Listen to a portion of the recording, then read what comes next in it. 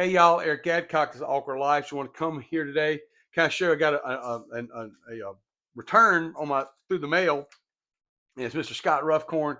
I remember him pitching for the White Sox back in the '90s, and I sent this off through the mail. And he was grateful enough to sign it.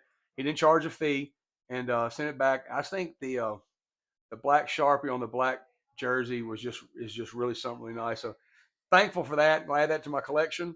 And I was thinking the other day about some of the groups that I was a part of on Facebook that you could get the addresses to the players. They've been shut down. I think it's because people were putting the addresses back out there, and I can see where that could be a problem because God, players get so much fan mail, and a lot of these guys they don't charge anything to sign their cards. But I can't imagine getting mail upon mail upon mail every day. And then I think what's happening is that they're looking around and people are selling these. Like they're saying, "Hey, this is for my collection." They're turning around selling cards, and someone would say, "Well, not everyone's going to pay for unless it's like a Hall of Fame or something like that." But if you look on eBay, everybody's selling someone's card. So um, you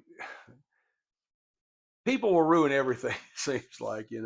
So I'm thankful that Scott, Mr. Ruffcorn, was sent this back to me, and it's not for sale. It's for my personal collection. I've just got hundreds of these, and it's just a hobby I have.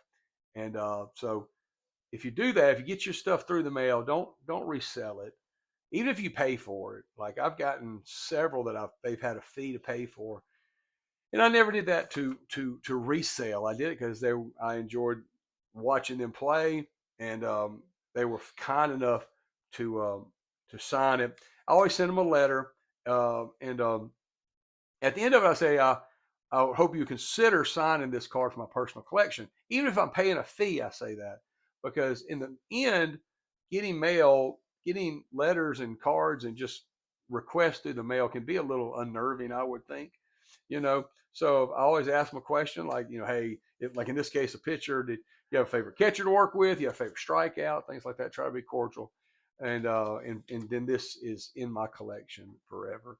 And so thankful for that. So if you send cards through the mail or TTM through the mail to get them back, be nice, be cordial, and don't share the address. There's plenty of places you can get addresses, but don't put that on the internet, on your personal site or whatever. So just keep that under covers. I wanted to touch on some Matchbox cars I found the other day. Now, I usually buy Hot Wheels. See in the background all my Hot Wheels stuff, but I decided to buy some Matchbox because they're really really neat. The first one I come across that I really liked was this 74 Ford F100. It is just remarkable.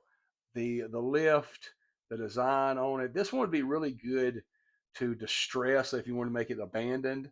That was really neat. I got that one, and they've gone up in price. They're $1.50 now. We used to buy them. They were just a couple years ago. They were 99 cents. But that was a really nice one. Then the other one I found was really a moving box truck, and I just thought the colors were really nice. Loved that teal green with the brown there. I thought that was super nice. Then there was one that had a lot of great markings on it. As a wrecker. The little part flips down in the back. Probably not gonna open these. Just kind of put them up and maybe let the kids have them when they get older. And the last one I got that I thought was really neat was a piece of equipment. It's a skid steer. I know a lot of people that have skid steers, and just thought this would be a super little die cast to put up in the collection. Um, yeah, I've been doing that. And as you see in the background, this is the type of stuff I normally paint. The Hanna-Barbera stuff, Flintstones, Batman. Got some Snoopy in the back, which that's Charles Schultz. But I started doing some small landscapes, which is totally not in my wheelhouse. I've just never done architecture, never been very good at it. But I started doing some little small landscapes. It's a 5x7, so one farmhouse. Most of all of this is marker. I didn't use paint on this. I thought it had such a really nice look, almost like a vintage postcard. So that's available in my Etsy store if you're interested in that. I think it's $25. Unframed 5x7 is going to look great. I guess all through that is that do what you like, do what you love.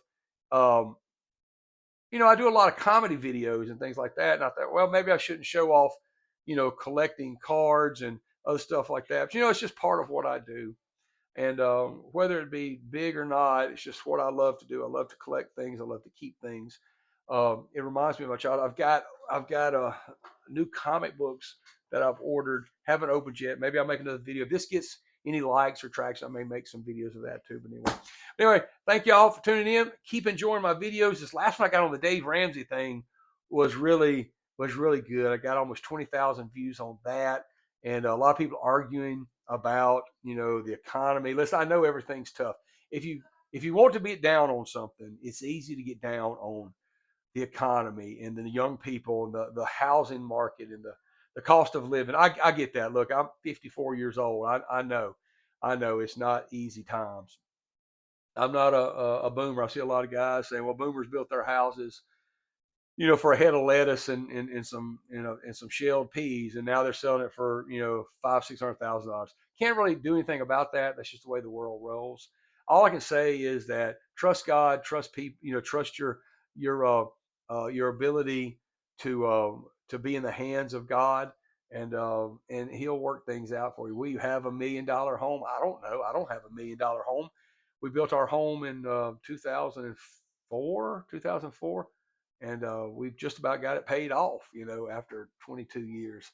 And again, I can't sit back and talk about the generation before having it easy or something like that. I just got to focus on today and what I wrote this down the other day, and I was going to read it.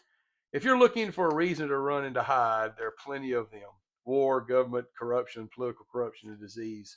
There's a lot of things that we could get upset about. There's a lot of things that we could lose hope in, but don't lose hope. Don't lose hope. Work hard, pray, seek a better life, seek what you can do, and put your trust in God. All right, thank y'all.